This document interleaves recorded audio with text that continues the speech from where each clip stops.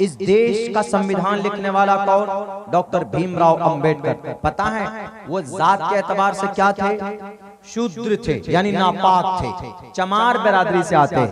मायावती जिस खानदान से, जिस बिरादरी से, उसी से डॉक्टर भीमराव अंबेडकर। जब देश को संविधान लिखना था तो पंडित जवाहरलाल नेहरू लंदन गए। उन्होंने जाकर कहा कि I came from India, I need a great person. ओ अंग्रेज, हमें एक शख्स चाहिए, एक ऐसा आदमी चाहिए जो बहुत ज्यादा पढ़ा लिखा। अंग्रेज ने कहा वाई, व्हाट इज नीड, क्या जरूरत है, क्यों चाहिए? उन्होंने कहा कि I want to prepare Indian Constitution. I want to write down the Indian Constitution. Therefore we came here. We decided to a great person, more than all intelligent person. सबसे ज्यादा पढ़ा लिखा हमें कोई ऐसा व्यक्ति दो आप। कहां गए? लंदन, अंग्रेज के पास। तो अंग्रेज ने कहा कि why did you come here from India to London, क्यों आए तुम इंडिया से लंदन? अरे अगर तुमको महान इंसान चाहिए तो अ great person exist in your country, एक बड़ा महान आदमी तुम्हारे मुल्क में बसा है। कहा कौन? कहा डॉक्टर भीमराव अंबेडकर। कहा doctor Bhimrao Ambedkar he is a शूद्र, ही इज नापाक। शूद्रो ब्राह्मण कामिति, ब्राह्मण महान, शूद्र नापाक। कैसे वह आदमी हमारा क्रिएटर बन सकता है भारत के संविधान का? नहीं, हमें कोई अच्छे खानदान में अच्छा पढ़ा लिखा दीजिए। तो पता है अंग्रेज कहता है कि we don't know, I don't know what is Shudra, what is Brahmin, what is Shudra, what is Thakur, what is Yogi, what is Jogi. हम तो नहीं जानते योगी कौन होता। योगी इसको नहीं, योगी योग करने वाले को बोलते हैं, ये योगी नहीं। ये तो नफरती बातें हमेशा करते रहता है। एक औरत है बुर्के में पहन करके, उसका एप्लीकेशन नहीं लेता बुर्के में, लेकिन वहीं पास में बैठी भी दूसरी हिंदू औरतें होती हैं तो उसका एप्लीकेशन ले लेता। ये इतना नफरत पर अहंकारी, इनका खात्मा तो ऊपर वाला इनसे निपटेगा इंशाअल्लाह तबारक व तआला इस जालिम का। तो उन्होंने कहा, अंग्रेज ने कहा in front of my self, in front of my self, मेरे नजर में, इन फ्रंट ऑफ माई आई, मेरी नजर में कोई छोटा बड़ा नहीं होता। और जिसके बारे में तुम बोल रहे हो कि वो नापाक है, शुद्र है, पता है उसके पास कितनी डिग्री, उसके पास कितनी क्वालिफिकेशन है, वो कितना पढ़ा लिखा। पंडित जवाहरलाल नेहरू कहते हैं कि अरे ज्यादा से ज्यादा MBA किया होगा, ज्यादा से ज्यादा LLB किया होगा, वकील बना होगा, या ज्यादा से ज्यादा ग्रेजुएशन PhD कर लिया होगा, डॉक्टर ऑफ फिलोसफी होगा, इससे बढ़कर तो होगा नहीं। कहा कि Pandit Jawaharlal Nehru, I know that person, मैं उसको जानता हूं, उसके पास 1 डिग्री नहीं है, 2 नहीं है, 3 नहीं है, 4 नहीं है, 5 नहीं, 6 नहीं, 7 नहीं, 8 नहीं, 9 नहीं, 10 नहीं, 11 नहीं, 12 डिग्री का मालिक है। तुम्हारे पूरे भारत में इतना डिग्री होल्डर कोई नहीं होगा। उन्होंने कहा कि 12 डिग्री डॉक्टर भीमराव अंबेडकर कहा वो गरीब जरूर है, वो शूद्र जरूर है तुम्हारी नजर में, लेकिन हमारी नजर में 12 डिग्री होल्डर है। अगर हमारे देश में होता तो हमारे देश के आज के जमाने का वो बड़ा साइंसदान होता, आज के जमाने का वो एजुकेशनिस्ट होता हमारे इस लंदन का। लेकिन बदनसीबी हमारी है कि वो हमारे मुल्क में नहीं, तुम्हारे मुल्क भारत के अंदर है। तब पंडित जवाहरलाल नेहरू आया मुंह उठाकर, और तब जाकर डॉक्टर भीमराव अंबेडकर को कहा कि सर, आप संविधान कमेटी का 3 साल कुछ महीनों में भारत का संविधान लिखा गया, बल्कि शायद 2 साल 11 महीना कुछ दिन, यानी 3 साल में। तो उस संविधान को लिखने का सदर जो कमेटी थी, उसका सदर अगर किसी को बनाया गया तो डॉक्टर भीमराव अंबेडकर को बनाया गया। ये सम्मान किस लिए मिला? एजुकेशन से, तालीम से मिला। और तालीम में ये यहूदी आगे।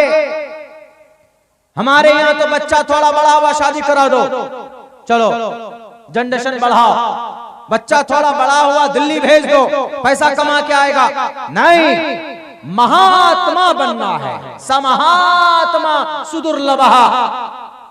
तो तालीम के मैदान में आगे आना। तालीम नहीं है तो नफरत भी है कि मुसलमान हिंदू के खिलाफ, हिंदू मुसलमानों के खिलाफ। हिंदू भाइयों में कम से कम 60% ऐसे हिंदू हैं जिनको उनके शास्त्र के बारे में पता नहीं। वो वही समझता है जो मोदी योगी बताता है कि हमारा हिंदू धर्म यही। ये ढोंगी है, ढोंगी, ये झूठ बोलते हैं, ये आपका धर्म नहीं बताते, ये आपके धर्म को छुपाते। आपके धर्म में अच्छाई है, आपके धर्म के अंदर मानवता है, आपके धर्म के अंदर इंसानियत है, आपके धर्म के अंदर गरीबों की मॉब लिंचिंग नहीं है, आपके धर्म के अंदर जानवरों के नाम पर इंसानों को मारने की परमिशन नहीं, बल्कि आपके धर्म के अंदर तालीम का रिस्पेक्ट है, इज्जत है, इंसानों की इज्जत है। इसीलिए कहा गया कि बहुनाम जन्मनामन्ते ज्ञानवान माम परपद्यते वासुदेवा सर्वमिति समहात्मा सुदुर्लभः। इस जमीन पर अगर कोई महात्मा बन सकता है तो तालीम के जरिए से महात्मा बन सकता। इस देश के अंदर जितने भी ये पीएम सीएम और ये जितने भी तशद्दुद की बात करते हैं, हिंदू धर्म इनसे नहीं है मेरे हिंदू भाइयों। हिंदू भाइयों का धर्म उनके शास्त्र में, और उनके शास्त्र को पढ़ने वाला सिर्फ ब्राह्मण होगा, जो 3% पूरे भारत में है, बाकी किसी को पढ़ने की इजाजत नहीं। हमारे इस्लाम में कुरान कोई भी पढ़ सकता है, कोई भी पढ़ सकता है, हिंदू पढ़ सकता है, काफिर पढ़ सकता है, मुशरिक पढ़ सकता है, जोलाहा पढ़ सकता है, अमीर गरीब सब पढ़ता है। ऐसा आपने देखा कि नहीं भाई ये मालदार आदमी है तो यही कुरान पढ़ेगा, बाकी जो मजदूर है वो कुरान नहीं पढ़ेगा, ऐसा नहीं है। हिंदू धर्म में ऐसा है, हिंदू धर्म में वेद ऋग्वेद यजुर्वेद वही पढ़ेगा जो पुरोहित होगा, जो ब्राह्मण होगा। अगर कोई ठाकुर है, अगर कोई क्षेत्रीय है, अगर कोई शूद्र है तो वो हाथ भी नहीं लगा सकता। अगर हाथ लगा लिया तो काट दो।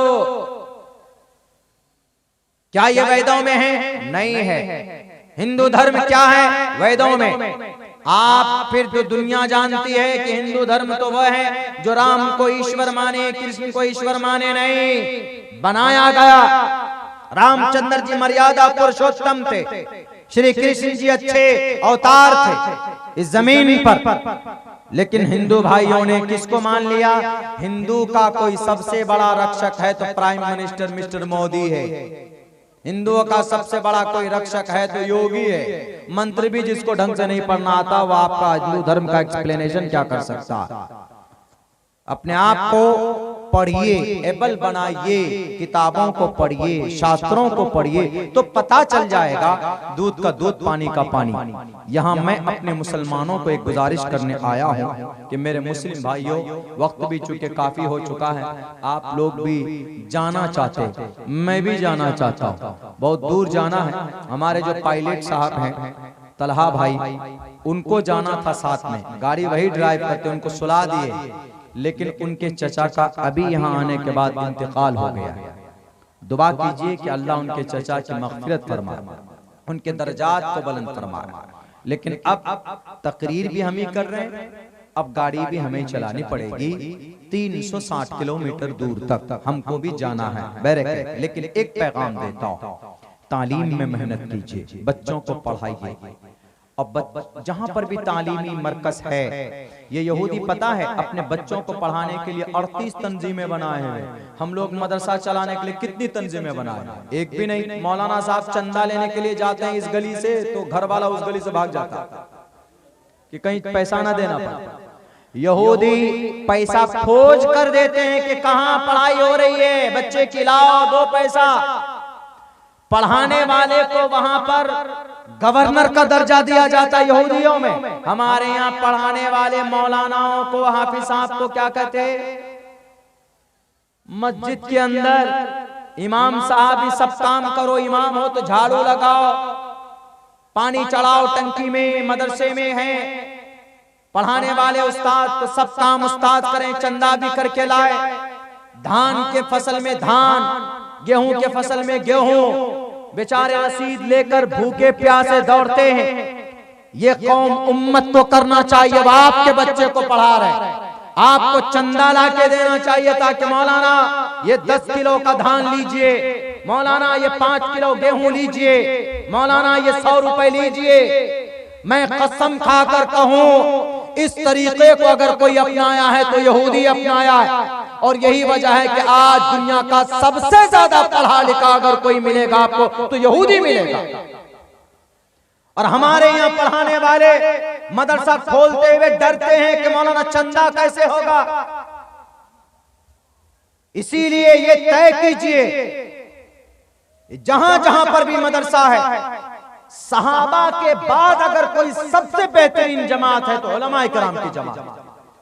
हाफिज को हाफिज मत समझिए कि हाफिज है, सीने में कुरान है। तुम मरोगे तो कल पानी नहीं मिलेगा तुमको, लेकिन अगर कोई अल्लाह के अर्श के साए में कोई होगा तो यही हाफिज कुरान होगा जिसके सीने में कुरान। दुनिया का डॉक्टर हाय हाय कर रहा होगा, दुनिया का बड़ा उद्योगपति पैसा वाला भी वहां पर हाय हाय कर रहा होगा, लेकिन एक हाफिज कुरान अपने माँ बाप को हाथ में लिए जन्नत की तरफ जा रहा होगा, कुरान पढ़ रहा होगा, जन्नत में जा रहा होगा। ये मकाम हाफिज कुरान की। इसीलिए मेरे भाइयों, इन हाफिज को, इन बच्चों को डेमोरलाइज मत कीजिए। नौजवानों, एक तंजीम बनाओ गांव सतह पर, कुछ मत करो, महीने में सिर्फ 30 रुपए जमा करो, एक दिन में 1 रुपए। आपके पूरे गांव में 300 लोग रहते हैं, महीने में अगर 1-1 रुपए पर डे 1 रुपए दोगे तो 30 दिन में 30 रुपए जमा करेंगे तो कई हजार रुपए जमा हो जाएगा महीने का, साल का कई लाख जमा हो जाएगा। पता उन पैसों का क्या होगा? आपके गांव में कोई ऐसा भी फैमिली है, ऐसी भी फैमिली है, कोई ऐसे भी परिवार है कि जिनका कमाने वाला नहीं, कम से कम उस फंड से उनकी मदद कीजिए। उस फंड से किसी गरीब बच्चे की शादी करानी है, जरूरत का सामान देना है तो उस फंड से उसको दीजिए। ये काम कौन करता? ये काम अल्लाह के नबी ने किया था। अल्लाह के नबी ने छोड़ा तो कौम तबाह हुई। इस कौम को अगर किसी ने अपनाया तो यहूदियों ने अपनाया। यहूदियों की 38 तंजीमें हैं मदद के लिए, to help with each other, एक दूसरे की मदद मिलकर अगर कोई करता है तो यहूदी करता है। यही वजह है कि यहूदी आज हमसे आगे बढ़ते चले जा रहे हैं। और आज हम वअंतुमुल आलौन होने के बावजूद भी अल्लाह ने किसी भी कौम की तारीफ नहीं की, आपकी की। वअंतुमुल आलौन, यू आर सुपीरियर। लेकिन आज हम सुपीरियर नहीं है, हम डेमोरलाइज, हम लूजर है। सुपीरियर नहीं, लूजर। मकहूर कौम हम बन गए, मजलूम कौम हम बन गए। इसलिए नौजवानों, मुझे आपसे उम्मीद, जो साबिक नौजवान अब तो चले गए, लेकिन आप लोगों की एक संगठन बनाओ, आप लोगों की एक ग्रुप बनाओ, अच्छे काम करो, फंड कुछ जमा कीजिए। मदरसा है, अपने सर पर जिम्मेदारी लीजिए कि मौलाना आप चंदा नहीं करोगे, आप पढ़ाइए हमारे बच्चों को, हम लोग मेहनत करेंगे मैदान में। और मैदान में कोई चंदा करना बहुत ज्यादा जरूरी नहीं है। हर घर से अगर महीने में 100 रुपए दे देगा, बताइए गोश्त में, मांस में, मच्छी में कितना खाते? 3000 रुपए तो जाता ही होगा। 3000 रुपए महीना। गरीब से गरीब आदमी 2000 रुपए का मांस मछली खा जाता है। हफ्ते में एक दिन नागा नहीं कर सकता, हफ्ते में एक दिन जरूर होना, उसके बगैर तो मजा नहीं आता। एक दिन जरूर होना, 4 हफ्ते में 4 मरतबा है, और 1-1 किलो आता है तो 200 रुपए का। योगी जी की अम्मा तो 200 रुपए का, 200 रुपए 4 मरतबा लाए, कितना हो गया? 800 रुपए का वही हो गया। फिर मच्छी भी लाते, उनमें कमी कीजिए, ज्यादा नहीं, 100 रुपए बचाइए। आप 2000 रुपए का मांस मच्छी खाइए, 100 रुपए दीजिए। हमारी माएं बहनें, आपसे भी मैं कहूंगा, अगर आपने मदरसे में दे दिया, कल कयामत में इंशाअल्लाह ये पैसा आपका जामिन होगा, आपका सिफारिशी बनकर आपको जन्नत में लेकर के जाएगा। हाफिज कुरान अगर आपका बच्चा नहीं बना, लेकिन आपने हाफिज कुरान बनाने में मदद किया है, तो वह हाफिज 10 आदमी को ले जाएगा, तो 10 में से एक आदमी वो भी होगा जो उसको हाफिज बनाने में मदद किया हो। अगर किसी ने, तो उसको भी वो जन्नत में लेकर के जाएगा। इसलिए अल्लाह से दुआ करता हूँ कि अल्लाह तबारक व तआला हम तमाम मुसलमानों को, नौजवानों को कहने सुनने से ज्यादा अमल की तौफीक दे। बहुत बहुत शुक्रिया, जज़ाकल्लाह। देखिए वक्त भी हो गया, दुआ कर लीजिए, दरूद शरीफ पढ़ लीजिए। अल्लाहुम्मा सल्ली